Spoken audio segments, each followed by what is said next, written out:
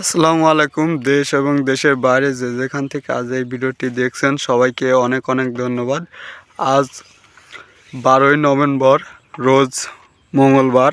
তো আজ আপনাদের নিয়ে এসেছি ঝিঙা খেতে। তো গাছের অবস্থা যদিও নষ্ট, কারণ এখন শীতকাল চলে এসেছে। শীতে কিন্তু ঝিঙা সেরকম হয় না, এটা শীতের আগ দিয়েই শেষ হয়ে যায়, তারপর কিন্তু গাছে প্রচুর ঝিঙা। তো আজ আমরা কথা বলবো একজন কৃষকের সঙ্গে, তিনি তার ঝিঙা ক্ষেত থেকে কীরকম ঝিঙা বেচছে এবং এটা কিভাবে চাষ করায়। তো চলুন দর্শক তার কাছ থেকে জানার। আসসালামু আলাইকুম। ওয়ালাইকুম আসসালাম রহমতুল্লাহি ওয়া বারাকাতুহু। কেমন আছেন ভাই? ভাই আলহামদুলিল্লাহ, আপনাদের দোয়া ও ভালোবাসায় আমি ভালো আছি। তো আপনার সবজি চাষ খেতে চলে আসলাম। তো আপনার নাম এবং পুরো পরিচয়টা আমার দর্শকদের উদ্দেশ্যে বলুন। আমার নাম মোহাম্মদ মন্টু আলী খান, আমার গ্রাম দয়ারামপুর, চাটমোহর থানা, ডিবিগ্রাম ইউনিয়ন। তো আজকে তো ঝিঙা খেতে চলে এসেছি। ঝিঙার ক্ষেতের মাঝে দেখতেছি এগুলা তো সুমাস না? হ্যাঁ, এটা শশা। এটা হচ্ছে 1 নম্বর হাইব্রিড হীরা জাতের দেশি শশা। ওখানে দেখতেছেন, হ্যাঁ, আবার মাঝ এখানে দেখতেছেন। আমি 2টা চার লাগাইছি যে ঝিঙার মাঝে শশা গাছ দিলে কেমন শশা ধরে। ভালোই হয় না? ইনশাআল্লাহ। নিশ্চয়। আপনারা তো জালেই দেখতে পাচ্ছেন, আমি প্রতি শুক্রবারে অর্থাৎ 1-2 দিন পর পরে 3 কেজি 4 কেজি এই 2টা গাছ থেকে কাটছি। আর ঝিঙার মাঝে অন্য দিকে দেই না, শুধু এই জায়গায় 2 জায়গায় দিছি, সাইডে দেখি কিরম হয়। সাথী ফসল হিসেবে দেখলাম যে অবশ্যই শশাও হয় ঝিঙার সাথে।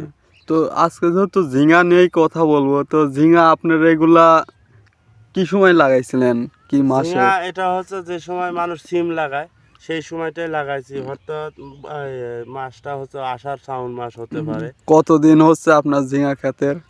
আমার ঝিঙা আবার চাষ করার অভিজ্ঞতা প্রায় 1 বছর পার হয়ে গেছে, কারণ গত সিজনে আমি ঝিঙা চাষ করেছি, আবার এই সিজনেও এই জমিতেই ঝিঙা চাষ করেছি, হয়তো আপনারা দেখছেন মানে নাকি জানি না। এই যে মাঝে যে ঢেপিগুলা দেখছি, এইগুলা গত সিজনে হ্যাঁ, ছিল? মাঝের এই খালিটাই আমি গত সিজনে করছিলাম, যেহেতু এইটাই করছি জন্যই এটা বাদ রেখে পরেরটাই করছি, যাতে ওইটার উর্বর শক্তি কমে গেছে, তো এইটাই তো আর উর্বর শক্তি কমে নাই।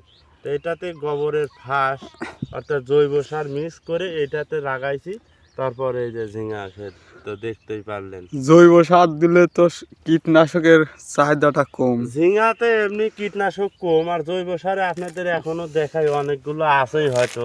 আমি মিশানোর পরে উপরে দিছিলাম, এই দেখুন, এই যে উপরে এখনো আছেই জৈব সারের ই। আর সার সপ্তাহে 1 দিন দিলে হয়, কীটনাশক 1 দিন দিলেও হয়।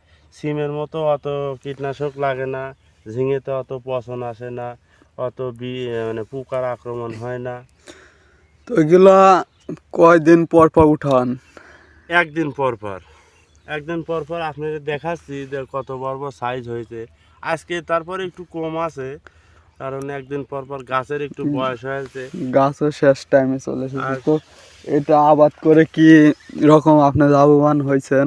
আলহামদুলিল্লাহ, আমি অনেক খুশি এই 5 কাঠাতে চাষ করে। আমি অনেক খুশি, কারণ হিসাব নাই আমি কত হাজার টাকা বেচছি। কারণ 1 দিন পর পর এখনও কম উঠতেছে, তারপরে 700 টাকা, 800 টাকা, 1000 টাকা। মানে এই সিমের থেকে অনেক ভালো। আমার কাছে সিমের থেকে অনেক ভালো, মানে অনেক ভালো লাগে, কারণ সিমে প্রচুর খাটনি এবং প্রচুর খরচ।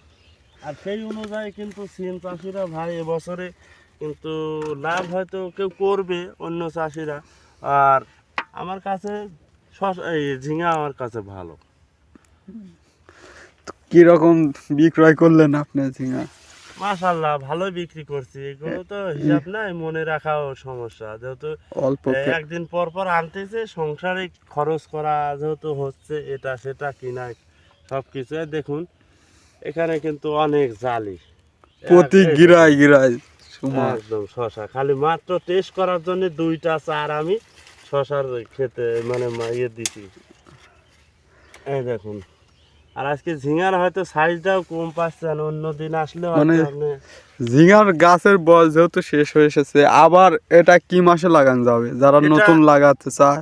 এটা 12 মাসই চাষ করা যায়, শুধু শীতের এই 2টা মাস একটু সমস্যা হয় গাছের একটু কম আসে, ফল কম আসে।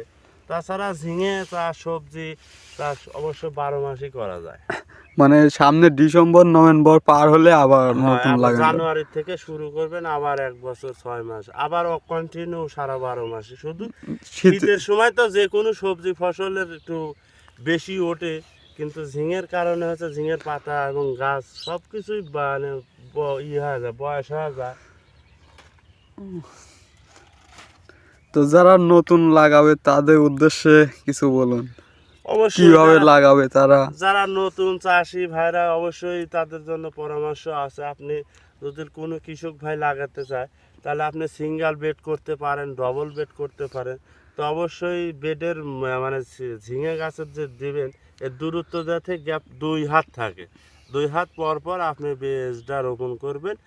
আর আপনি ডবল বেড করলে এরকম বাংলা দিতে পারেন। সিঙ্গেল বেড করলে, যে আমি সিঙ্গেল দিছি কারণ সিঙ্গেলে খরচ কম, ঝামেলা কম। আচ্ছা, কোনো দর্শক ভাই যদি আপনার থেকে পরামর্শ নিতে চায়, আপনি কি পরামর্শ দিবেন? অবশ্যই অবশ্যই পরামর্শ দেব, কারণ এতে তো পরামর্শ দিলে তো ক্ষতি নেই। একজন কৃষক যদি পরামর্শ চায়, তার যদি উপকার হয়, অবশ্যই দেব।